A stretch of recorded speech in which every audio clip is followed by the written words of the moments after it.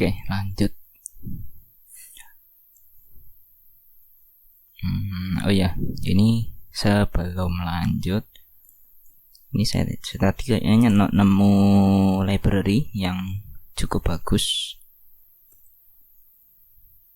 Nah, ini namanya Hyper. Ini library Rust yang bisa menghandle HTTP. Ini tadi saya baca sekilas, dia bisa multithread, bisa juga jadi klien, bisa juga jadi server. Nah, ini lumayan menarik. Oke, jadi sebelum saya lanjutkan, mungkin ini saya ganti aja dulu ya AWC-nya menjadi Hyper. Oke, ini sebelumnya saya cek dulu ya kargonya ini kemarin. Oke, kemarin mengambil dependensi dari ActiveRT dan AWC. Oke, berarti ini saya akan buang semua ActiveRT dan AWC. Nah, biar lebih clean, ini saya clean juga ya kargonya. Jadi nanti target ini harusnya kosong. Ini yang target. Oh ya, malah udah kehapus ini. Oke. Habis itu mungkin kesini dulu ya. Ini dia setup. Wow. Oke. Kayaknya ini harus manual ini. Masa iya sih harus manual? Masa kalau di manual dia butuhnya full. Oke lah. Oke, harus tambahkan manual. Dependencies. Nah, gini. Oke, harusnya gini aja sih. Udah di otomatis di ini kan, di analyze dan juga di download setiap targetnya, setiap dependensinya maksudnya yang disimpan di target.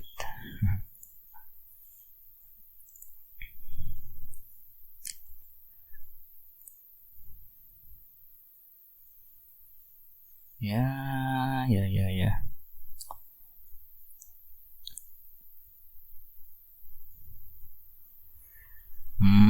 Kayaknya butuh ini aja sih. Coba ya, ini copy aja, paste ke sini.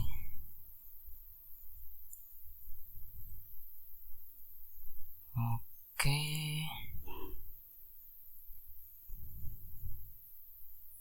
Nah, kalau gini kan saya bisa pakai Tokyo main. Artinya juga ini dia bisa menjalankan multithread. Nggak seperti Active tadi hanya jalan di single thread. Sebenarnya kalau yang jalan itu web servernya aja sih nggak apa-apa sih ya, single thread. Cuma saya itu tadi harus menaruh ActiveRT itu di main, artinya seluruhan program itu berjalan di single thread lah. Ini cukup apa ya? Karena gini, sistem dari JProfit ESP itu kan lumayan kompleks juga ya. Banyak yang harus dikerjakan dalam waktu bersamaan. Yang pertama itu handle tampilan website, yang kedua itu juga handle komunikasi dengan router. Jadi ya semakin banyak thread harusnya semakin ini terbagi gitu bebannya. Jangan single thread. Kalau anuku sih gitu, kalau pemikiranku ya, jadi gitu.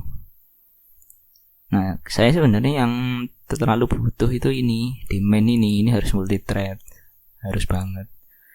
Kalau masalah webnya single thread ya it's okay, nggak masalah. Oke, itu aja sih, lanjut aja ya. Oke, ini lanjut apa ini tadi ya? Oke, jadi memang di sini berbeda ya cara untuk memanggilnya. Oke, di sini saya harus bikin URL dulu. Oke, berarti URL-nya itu ini. Oke, berarti ini tinggal di parsing ke hyper URI kah? Oh ya, hyper URI. Oke. Oh ya, ini untuk sementara unwrap aja lah. Oke. Habis itu ini URL host.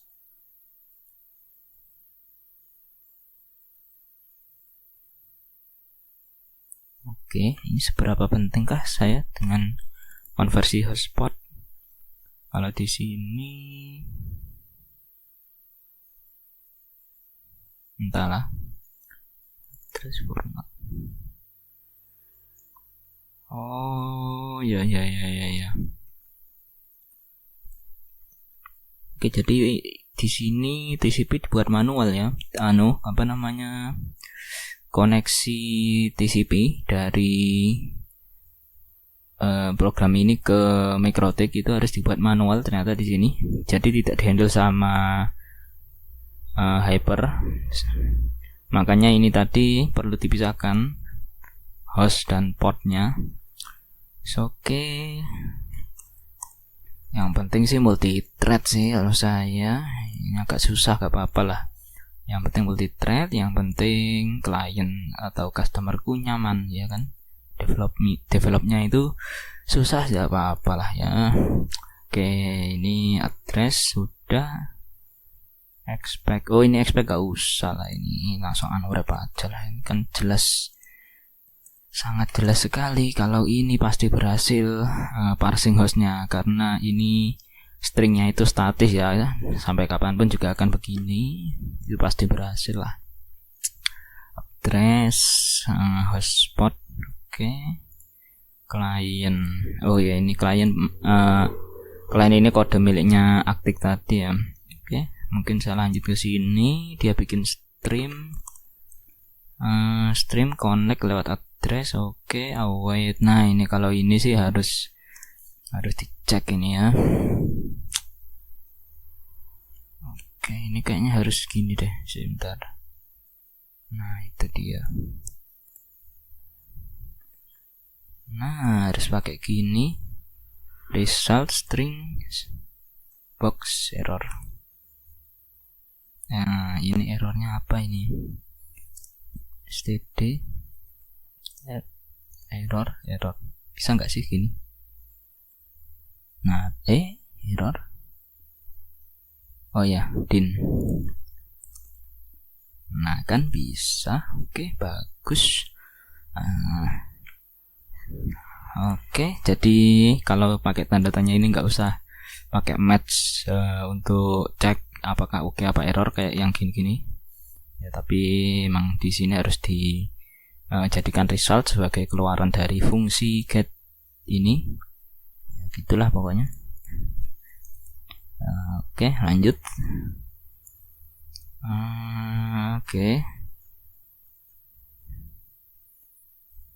Oke, jadi TCP stream tadi diinjak ke Tokyo I/O. Nah, ini berarti yang handle sistem koneksi dari TCP ini adalah Tokyo. Nah, nanti mungkin kontrolnya akan dari I/O ini ya, harusnya begitu sih. Tapi coba sih, saya mau cek. Nah, kan betul.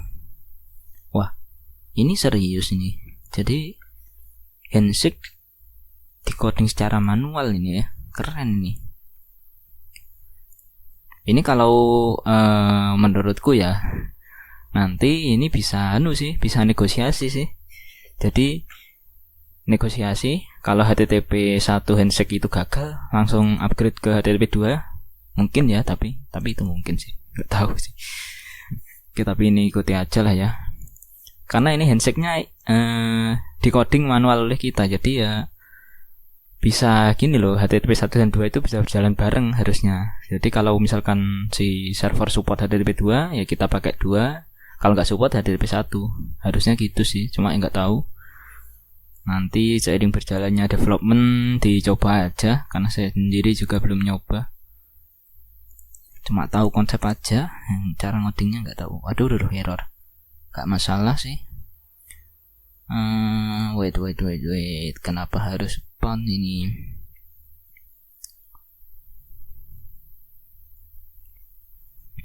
Oke.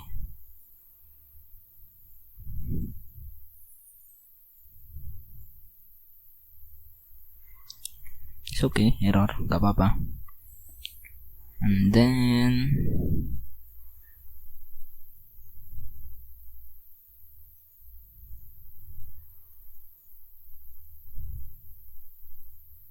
oke, ini ada sender nih. Sender udah dibikin belum sih? Oh sudah dong sender.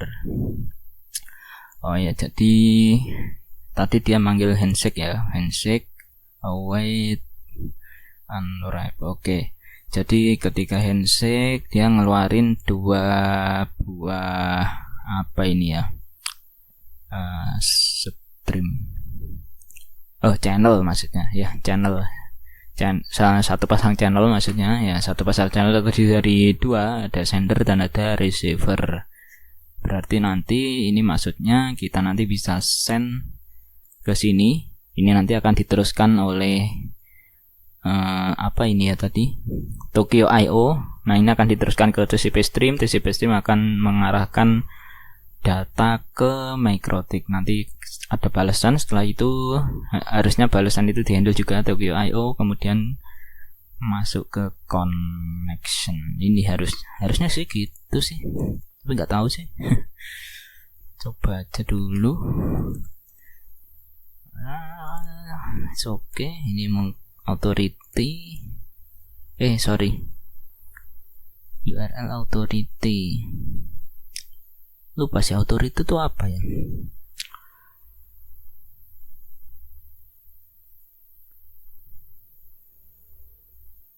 Iya juga ya. Authority itu apa ya? Oh ini authority. Oke. Authority itu ini. Itu nggak ada authority. Oke lah, lanjut aja lah. Nanti kalau error baru kita pikirin. Oke, ini requestnya udah. Request ini ngambil dari URL. Oke, betul. Header. Oh, ini authority itu apa namanya? Untuk ini, untuk sebentar. Authority header host. Maksudnya host sama pod kah ini maksudnya? Tapi kenapa harus pakai ini ya, authority? Tapi nggak apa-apa lah. Oke, lanjut ya. Mau dapetin respon. Oke. Respon status. Oke, saya nggak mau ambil status, saya maunya respon body. Bentar. Kayaknya penting deh, saya cek status dulu. Ini kalau 200, kalau else. Oke. Sebentar, status ini bukan in kah? Waduh, bukan nih, status code. Oke, sebentar ya, status code ya ini. Jadi status code apakah ada? Oke, mantap, ada dong. Nah ini saya sintaknya lupa lagi. Oh ya, pakai ini ya, row yang pakai sama dengan ya, harusnya sih gitu. Nah kalau oke, ini saya mau ambil body. Ambil body itu caranya gimana lagi? Nah ini ada untungnya ada. Oke, saya harus nambahin ini. Oke, nah gitu. Terus apa nih ya?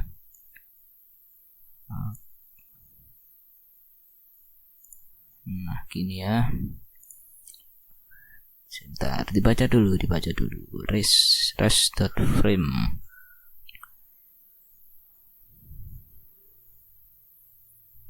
Oke, diarahnya kemana ya tapi ya?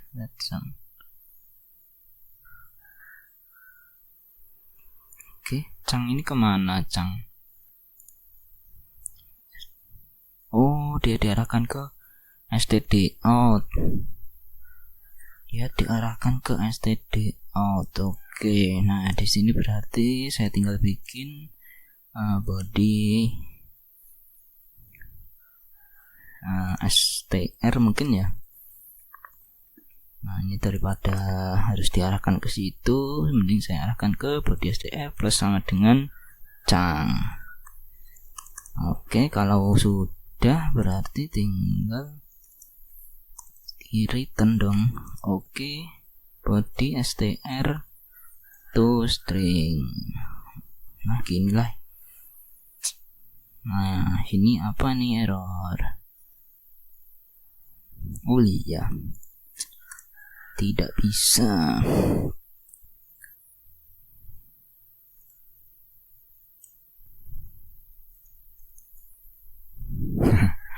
Tidak bisa. Mungkin pakai ini ya, sprint f. Sprint f itu digolang. Coba sih ras apa namanya, concat string. Coba concatenate string.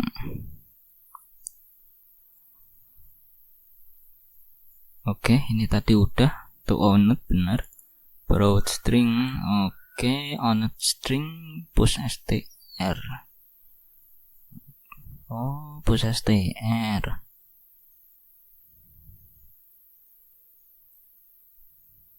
Atau gini bisa. Oke, mungkin nggak bisa plus sama dengan, mungkin bisa gini. Nah, bisa nggak? Oh, nggak bisa di plus dong. Oh, chang ini formatnya bytes. Chang ini formatnya bytes, jadi harus di convert ke str. Nah, ini saya coba cek dulu nih, berarti bytes yang ada di sini apakah sama dengan bytes yang ada di standarnya ras ini ya. Oh, nggak sama ini kayaknya. Dia bytes yang ada di sini dibuat khusus oleh si apa tadi, hyper ini. Harus ada cara khusus ini untuk ngambil stringnya. Karena kalau di sini dia itu chang ini langsung dilempar ke std out atau di ini terminal lognya. Nah, ini sulit ini. Hyper bytes to string. Oke, ini mudah-mudahan ada ya. Nah, ini hyper body to bytes. Oke, body byte udah. Oh, tinggal gini aja. Jadi body bytes itu dipindahkan ke vektor terus di unwrap. Oke lah. Oke, berarti ini aku bikin lagi chang str. Berarti ini string from UTF-8. Oh ya, ini UTF-8 ini minta vec ya, minta vektor. Berarti chang ini bisa diarahkan ke bisa dikonversi ke vektor. Kemudian unwrap aja, atau mungkin tanda tanya aja lah ya. Nah, biar lebih aman. Jadi kalau error dia akan generate error gitu. Chang terus ini berarti bisa saya tambahkan dengan chang str. Masih error loh. Oh iya ya, ini formatnya string ya. Ini oke, karena formatnya string. Tuh str. Apa str? Nah, str. Aduh, kenapa masih sama ya? Masih cannot add str to str. String continuation request on string on the left. Oke. Oh ya. Mungkin ya kalau string to string bisa mungkin ya. Coba ya. Ini berarti to string.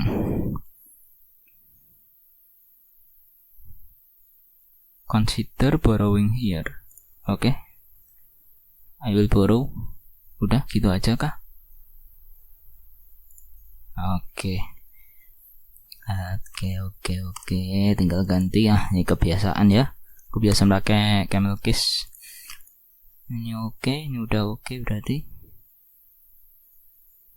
Berarti ini nggak perlu tuh string dong. Ini udah string soalnya, bukan str. Udah clear ini ya, nggak ada error. tinggal yang ini. Jadi kalau errornya nggak bukan oke, tinggal dikasih error. Kayaknya errornya bikin aja bisa nggak ya bikin? Seingatku bisa kok bikin manual error. Waduh create custom error. Oke ya, mohon maaf ya, ini saya agak lupa juga ini, soalnya lama nggak megang Rust. Oke, ini gimana nih ya, error type? Enggak.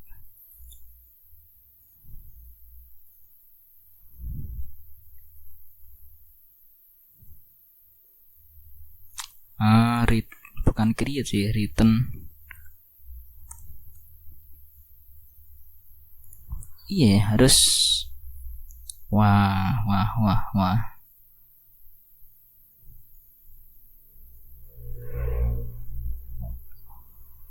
Nggak bisa ya bikin error gini. Wah, oke, kalau gitu saya berarti tinggal bikin error. Apa tadi errornya, gimana sih bikinnya? Oke, pop type atau type aja ya, type.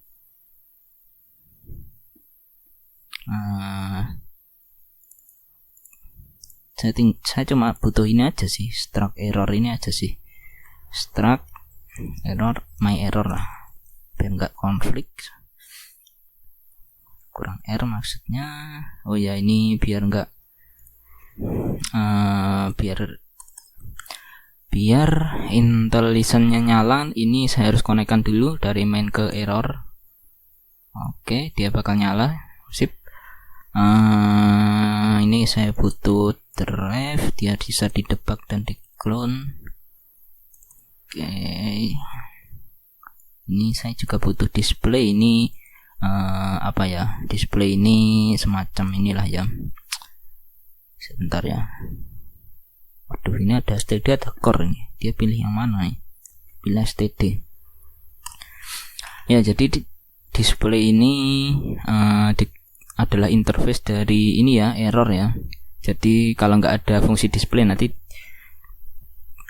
kita nggak bisa menginputkan objek my error ini ke menjadi ini error ini. Nanti nggak bisa karena tidak memenuhi syarat dia sebagai error, karena interface-nya tidak diimplementasikan. Udah sih, gitu aja sih kayaknya, butuh display doang sih harusnya ya. Ini my error. Wah, nggak bisa dong. Oh, gini. Wah, kenapa nggak bisa ya? Mungkin harus gini kah? Apakah harus begitu my error? Ya betul. Gini, berarti gini.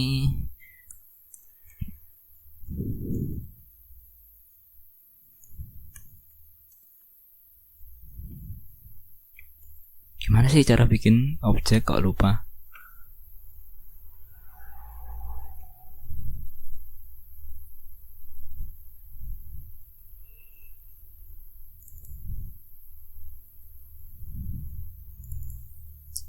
Gini aja harusnya bisa nggak sih? Tapi kenapa error ya?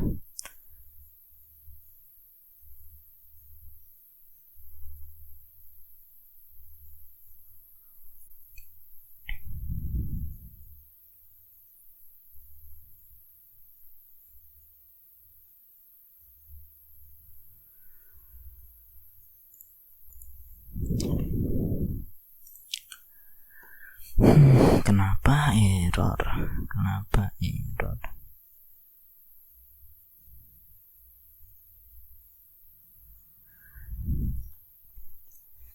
Kenapa punyaku ini error?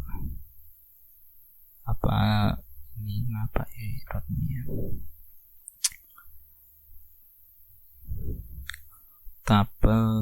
Tuple variant define here. Okay. Arguments to this num variable are incorrect.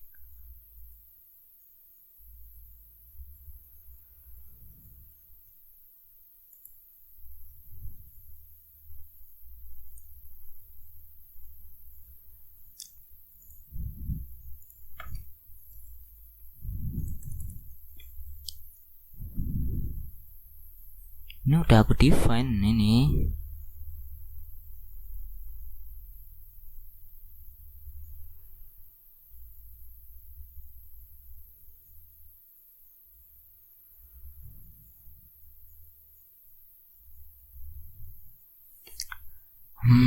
Oke.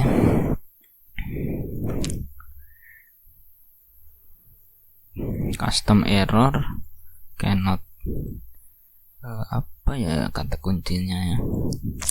Udah gak bisa bahasa Inggris tapi harus mengaturkan kata kunci bahasa Inggris ini. Wah, kacau ini. Cannot assignable to. Gini aja coba. Kenapa ini?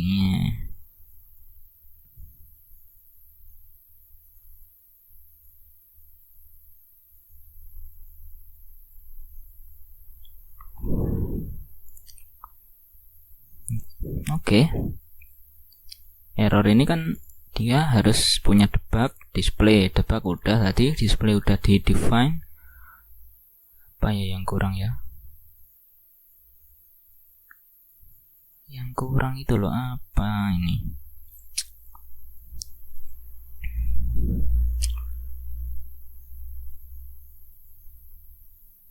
Yang kurang apa?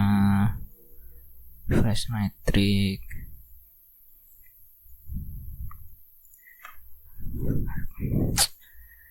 Apakah tutorial tadi sesat? Ini dokumentasi resmi loh padahal. Kok bisa sesat ya? Oke, ini result double error. Dia nggak, double errornya bisa sih kalau ke sini, tapi nggak bisa dynamic error. Jadi ya gitulah. Kenapa ya? Ayolah, kenapa sesusah itu? Kenapa sesesat itu? Nah, ini ada boxing error. Oke, ini empty fact. Dia masuk ke sini, dia di define display, debug clone. Udah bener. Oh, ini kesesatannya. Yang tadi tidak di define dong. Tidak ditunjukkan untuk define ini. Nah, kan kacau ini. Kayak gini ya. Error for ini my error. Please bisa. Tetap gak bisa dong. Nah, ini mismatch type box din error. Oh, gini. Bentar. Oke. Nah, kalau ini ngerti sih. Dia itu error karena salah ini, bukan masalah tipe error yang gak cocok tadi. Dia hanya perlu diletakkan di box new kali ya. Oke, ini harusnya bisa sih harusnya. Kan bisa kan? Tinggal ini sih, apa ini? Not found keyword else, apa ya? Underscore lah, coba underscore. Bisa nggak? Oh, bisa. Udah sih. Nah, kalau di tas itu return ini bisa dihapus sih. Bisa dihapus, kemudian titik komanya dihapus. Udah, return ini dihapus bisa. Udah gitu aja. Kayaknya semua udah oke. Ini bisa dihapus gak sih? Sebentar, mending pakai ini. Kayak saran dari, sarannya nggak ada dong. Harusnya bisa sih dihapus aja lah. Korestek ada hapus saja. Ada yang komplain? Nggak ada. Nggak ada yang komplain. Nah, ini result ini unwrap aja lah. Oke, sip, gitu aja sih. Semoga bisa. Cargo run. Oke, tunggu compile dong. Ya tadi soalnya di clean ya, jadi compile-nya dari 0 lagi. Tapi ini menarik.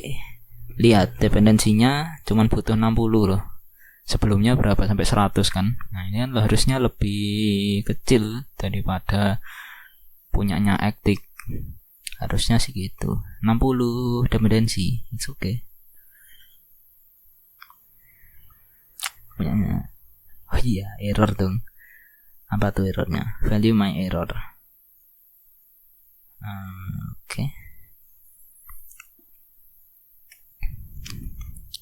My error berarti statusnya nggak oke ini. Coba sih tak cek print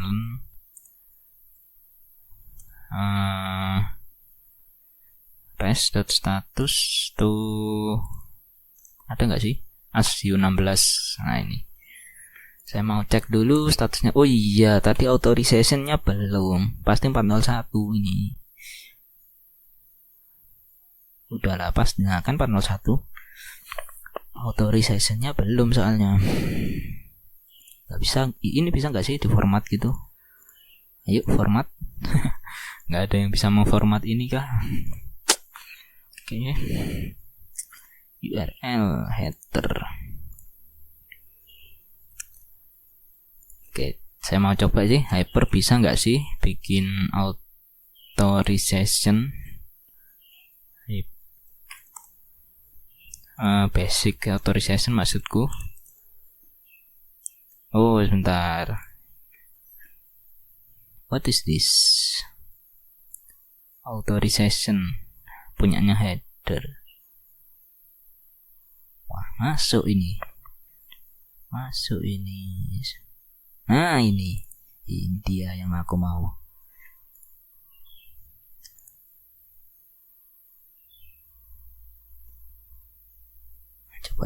Coba ya.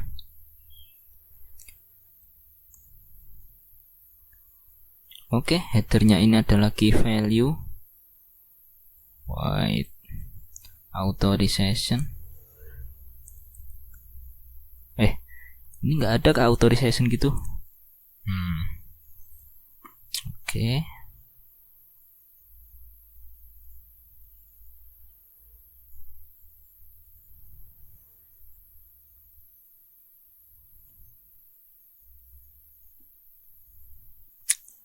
Ya oke lah. Berarti mau nggak mau ini harus nulis manual lah. Nanti urusan username password ini dibikin nanti aja lah, yang penting bisa dulu. Authorization udah bener ya. Nah, sekarang yang jadi masalah adalah tadi kodenya udah kehapus. Oke, tinggal cari di sini aja. Ini kode yang kiri sebelum, yang kanan sesudah. Karena tadi udah di commit, jadi aku bisa tracing ini kode sebelumnya. Oke. Tinggal sekarang saya paste kode dari masa lalu. Nah ini saya tambah juga dengan basic. Harusnya 200 please 200 lah. Ayo 200 please 200. Iya 200 dong.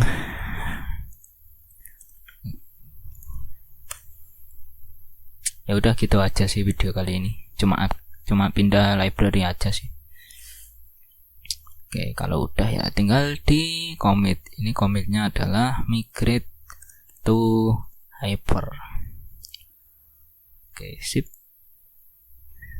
Nah, ini saya mau coba compile dengan versi release.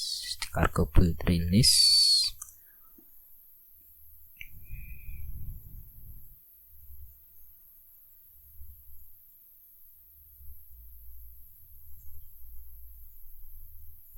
Kita cek ya, ini 60 biji dependensinya, sekecil apa ini nanti ya. Oke, kita coba cek ke target release. Oke, ini masih belum muncul ini ya aplikasinya karena masih proses compiling. Mantap sekali, ini kurang berapa nih? Kurang 3 nih, mantap nih kurang 3 nih. Tapi kok lama ya? Nah, kurang 1 nih. Tinggal compile aplikasinya. Oke, rilis. Nah ini udah muncul. Saya coba cek, langsung panggil ke JProfit ISP dan cepat sekali langsung keluar ini ya. Bagus sekali. Kemudian coba dicek, loh kan 1,5 MB, kecil sekali tuh. Ini nanti ya kalau sudah production Ya, yang diupload ini doang sih, yang dependensi ini nggak perlu sih sebenarnya. Jadi upload ini doang, taruh di server, nanti run, udah 1,5 MB, kecil sekali ini. Nanti efeknya ke memori kan juga gitu, ke RAM itu. Karena ini cuma 1,5 MB, loadnya juga cepet. Dan ya harusnya sih nggak banyak-banyak banget lah yang perlu dieksekusi, atau kode yang harus dimasukkan ke RAM untuk eksekusi itu harusnya nggak banyak-banyak banget ya, menghemat RAM juga sih nanti efeknya begitu. Udah ya.